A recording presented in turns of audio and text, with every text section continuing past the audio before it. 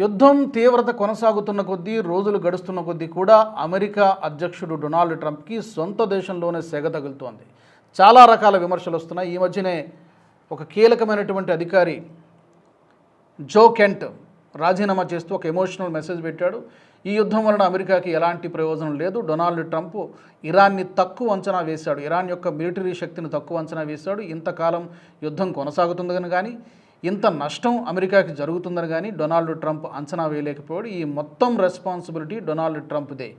అమెరికాకి ఏమాత్రం ఉపయోగం లేనటువంటి యుద్ధం చేస్తున్నారు డొనాల్డ్ ట్రంప్ అని చెప్పి విమర్శిస్తూ తన రాజీనామా లేఖను సమర్పించాడు. తాజాగా అదే బాటలో మరొక కీలకమైనటువంటి వ్యక్తి, గతంలో సిఐఏకి చీఫ్గా పనిచేశారు, అలాగే మాజీ రక్షణ మంత్రి కూడా, ఆయన పేరు లియోన్ పనెట్టా. అతను కూడా ఏమంటున్నారంటే, ఇప్పుడు పశ్చిమాసియాలో నెలకొన్నటువంటి సంక్షోభానికి డొనాల్డ్ ట్రంప్దే బాధ్యత.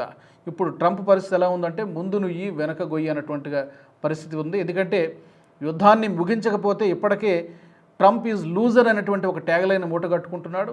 మరొక పక్క మిడ్ టర్మ్ ఎలక్షన్స్ దగ్గర పడుతున్నాయి. హర్మూజ్ జలసంధిని కనుక ఓపెన్ చేయించలేకపోతే ఈ యుద్ధంలో అమెరికా ఓడిపోయినట్టుగానే భావించాలి. మరోపక్క ఇరాన్ దానికి సంసిద్ధంగా ఉందంటే ఎంత మాత్రం కూడా సంసిద్ధంగా లేదు. అమెరికా బెదిరిస్తున్న కొద్దీ కూడా ట్రంప్ ఇరాన్ మరింత తన యొక్క శాశ్వతంగా మూసేస్తాం, ఇలాంటి బెదిరింపులు చేస్తే కనుక హర్మూజ్ జలసంధిని శాశ్వతంగా మూసేస్తాం, కేవలం మాకు మిత్ర దేశాలు లేకపోతే యుద్ధంతో సంబంధం లేనటువంటి దేశాలకు చెందినటువంటి షిప్పులను లేకపోతే వెసల్స్ను మాత్రమే మేము అనుమతిస్తాం.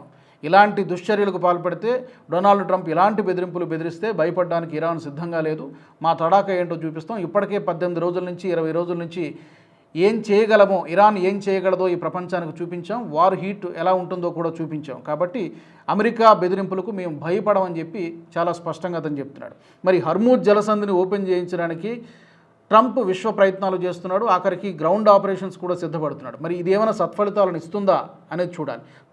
అలాగే ఇతను అప్పట్లో ఒసామా బిన్ లాడెన్ను అంతమొందించడంలో చాలా కీలక పాత్ర పోషించినటువంటి వ్యక్తి ఈ లియోన్ పనెట్టా.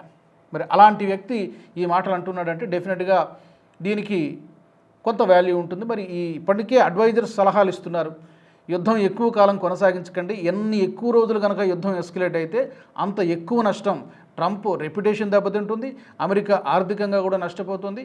వీటన్నిటి నేపథ్యంలోనే తాజాగా మనకి అక్కడ నేషనల్ ఇంటెలిజెన్స్ డైరెక్టర్గా ఉన్నటువంటి తులసి గబార్డ్ చేసినటువంటి కామెంట్స్ ఏంటంటే, పాకిస్తాన్ నుంచి మనకు న్యూక్లియర్ థ్రెట్ పొంచి ఉంది అనేటువంటి వ్యాఖ్యలు రావడానికి కూడా బహుశా ఈ అడ్వైజరీ సలహాలు ఇవన్నీ కూడా ట్రంప్ పైన ఒత్తిడి పెంచుతున్నాయి అనేటువంటి విషయం చాలా స్పష్టంగా అర్థమవుతోంది.